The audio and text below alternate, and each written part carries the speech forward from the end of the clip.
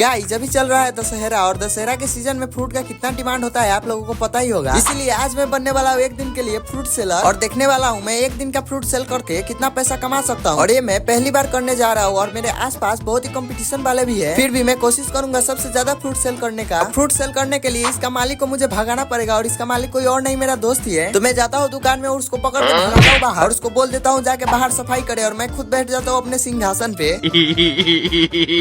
और बैठ के कस्टमर का इंतजार करने लगा, पर कस्टमर तो नहीं है, एक पंडित जी आ गया। तो मैं थोड़ा सा दान दक्षिणा करता हूँ और थोड़ा सा आशीर्वाद ले लेता हूँ ताकि ये दुकान अच्छे से चले। उसके बाद मैं फिर से बैठ जाता हूँ अपने सिंहासन पे और कस्टमर का इंतजार करने लगता हूँ। फिर कुछ देर बाद एक कस्टमर आता है तो मैं पूछता हूँ क्या चाहिए। फिर वो कहता है आधा केजी अनार और आधा केजी सेब पैक करके दे दो। फिर मैं फटाक से प्लास्टिक निकालता हूँ और अनार और सेब को तौल करने लगता हूँ। तौल करने के बाद एक बड़ा सा प्लास्टिक लेता हूँ और उसको पैक करके दे देता हूँ। और ये मैं अपना पहला सेल 250 रुपए का कर देता हूँ और बैठ जाता हूँ और फिर से इंतजार करने लगता हूँ मैं अपने कस्टमर का। पर धूप बहुत ज्यादा होने के कारण से कोई भी कस्टमर नहीं आ रहा था, तो मैं भी चला जाता हूँ एक छांव में और बैठ के अपने दोस्तों के साथ बातचीत करने लगता हूँ। कुछ घंटे यहीं पे बातचीत करने के बाद फिर से एक कस्टमर आता है, फिर हम उनको देकर हटाते हैं, तभी एक और कस्टमर आ जाता है। फिर हम उनको भी 1 केजी अनार देते हैं और हटाते हैं, तभी एक और कस्टमर आ जाता है और उनको 1 केजी सेब चाहिए तो हमने 1 केजी सेब तौल करके दे देते हैं। और ऐसे करके हमने बहुत सेल किया पर वीडियो नहीं बना पाए और अब कस्टमर आना भी बंद हो गया था। तो मैं जाकर फिर से अपने सीट पे बैठ जाता हूँ और इंतजार करने लगता हूँ और कस्टमर का। और इंतजार करते करते शाम भी हो गया था और इसके आगे एक हनुमान मंदिर है जहाँ पे कुछ कलशधारी आते हैं पूजा करने के लिए। उधर से भी कुछ कस्टमर आता है, फिर हम प्लास्टिक निकालते हैं और पैक करके दे देते हैं उनको जो चाहिए था। फिर उसके बाद जाके हम बैठ जाते हैं अपने सीट पे और ऐसे करके कुछ देर में ही अंधेरा भी हो जाता है और कस्टमर भी आना बंद हो चुका था। तो हम जाते हैं दुकान के अंदर और पैसा काउंट करने लगते हैं कि आज का कमाई हमारा कितना हुआ है। काउंट करने के बाद ये कुल 4,500 होता है, जिसमें से कुल 3,000 इस फ्रूट का खर्चा जाता है और 1,500 रुपए का प्रॉफिट होता है, जो कि मुझे उतना खास अच्छा नहीं लगा क्योंकि दुर्गा पूजा के वक्त में सिर्फ 1,500 रुपए का प्रॉफिट हो रहा है। तो नॉर्मल दिन में क्या ही प्रॉफिट हो रहा होगा, आप लोगों को क्या लगता है कमेंट में बताना। सो